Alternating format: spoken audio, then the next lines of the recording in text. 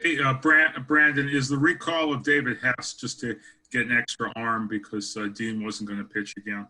That's exactly right. Yep. Dean optioned Dean just because he wasn't going to make another start and add David to see him again and for depth in our bullpen.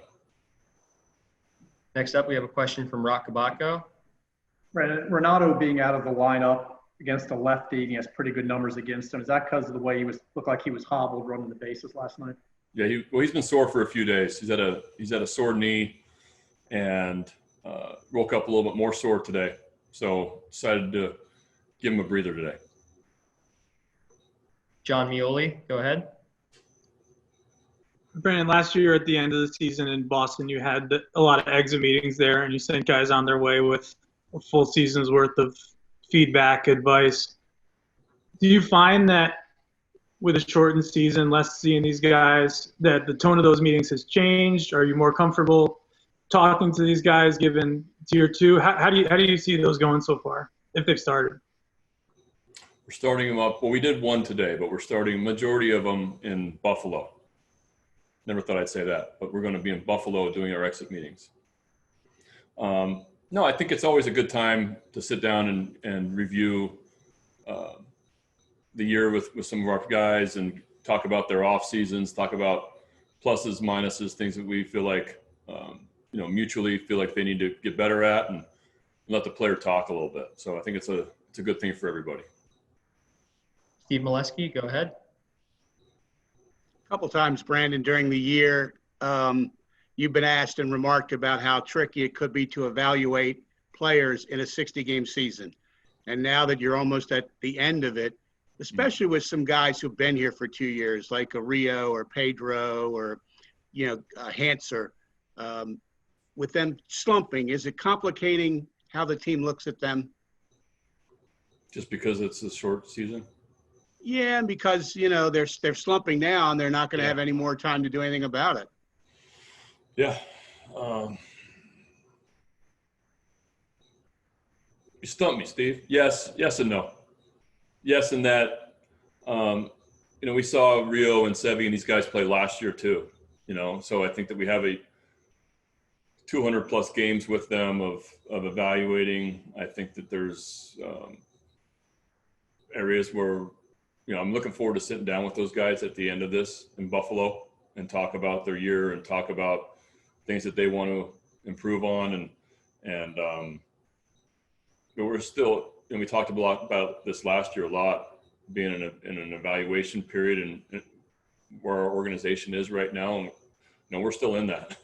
We're still finding out about our guys. And that was the challenge of this year because of the shortened season and because of the inconsistency of play of a lot of our players.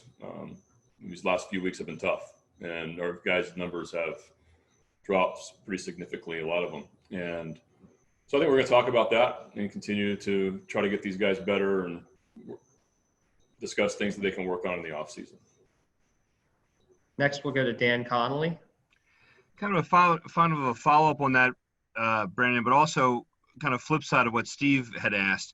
What about the guys that you've seen before, but you haven't really had a chance to see much of this year, and you're expecting an improvement or expecting things to be different, like a Hess, like a Klein, guys of that nature? How difficult is it to evaluate them because you really haven't seen them much this year, and you kind of have to go on what you saw, say, in 2019? Yeah, and I think the improvements we'll talk about stuff, how they threw the ball in Bowie. We'll talk about their outings here. We'll talk about the upside. There's a lot of roster management decisions that happen in the next couple months, 40-man decisions. And so I think that those are ongoing.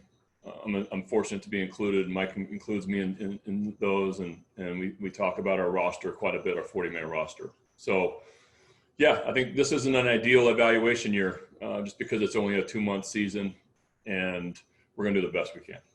With a guy like Klein or even Hess, I mean, can you learn something in the next few days that you didn't know previously, or do you have to kind of go with the body of work? I think you go with the body of work, but you're looking for them to improve on things that you have talked about with them throughout the course of the year. So that was a really like Klein's last outing against the Yankees when he brought him in out of the pen, bases loaded, punch out, walk, punch out. I thought he showed improvement in his stuff there.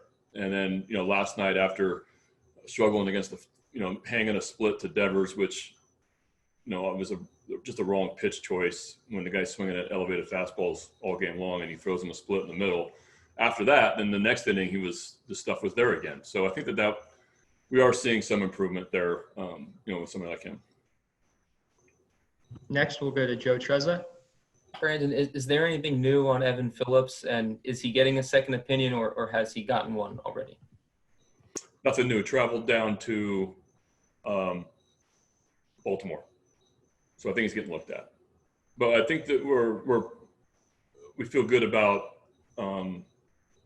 that. It's not going to be any major.